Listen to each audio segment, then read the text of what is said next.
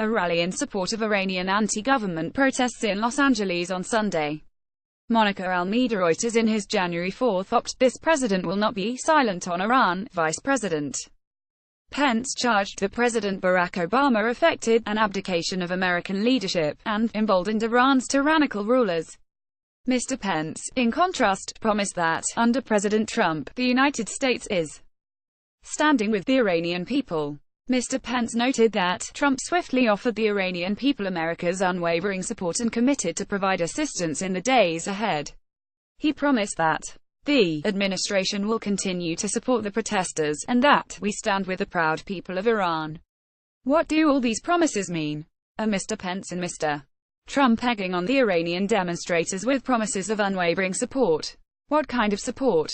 Tweets, speeches, weapons, armed intervention? Should Iranian demonstrators take riskier actions, believing in this promised support? If and when the Iranian government imprisons opponents and hurts or even kills them, what kind of support will the United States provide? Tweets, speeches, diplomatic pressure, more economic sanctions? President Dwight D. Eisenhower didn't egg on the Hungarian freedom fighters in 1956 in the revolt, knowing that there was little the United States could do to help them succeed. On the other hand, in 1991, after the Gulf War, President George H.W. Bush encouraged Saddam Hussein's opponents to rise up. They did, and they were massacred by the thousands. They believed the United States' words, and they paid the ultimate price. Be careful what you promise and what unwavering support you are prepared to deliver.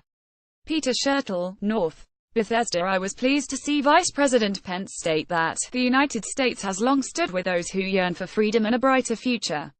Now the administration should show the dreamers, and many, many hard-working Central Americans in our country, that the United States indeed does and will continue to stand with those who yearn for freedom and a brighter future. Patrick Dozier, Washington. While claiming to support the Iranian people, Vice President Pence neglected to mention the devastating impact of the Trump administration's Muslim travel ban and steep cutbacks in refugee admissions. The Trump administration's policies are discriminatory and based on false claims that people from certain majority Muslim countries, including Iran, have not been screened. I have worked on hundreds of cases of Iranian asylum seekers and others seeking resettlement in the United States. Many Iranians have been awaiting resettlement in the United States for years, after having undergone thorough vetting by the UN High Commissioner for Refugees and multiple layers of screening by U.S. agencies. These include members of persecuted religious minorities such as the Baha'i community and those who have experienced human rights abuses for their peaceful activities. Iranians who had been granted asylum and refugees resettled in the United States have contributed to their communities and to this country in many ways. They are not potential enemies.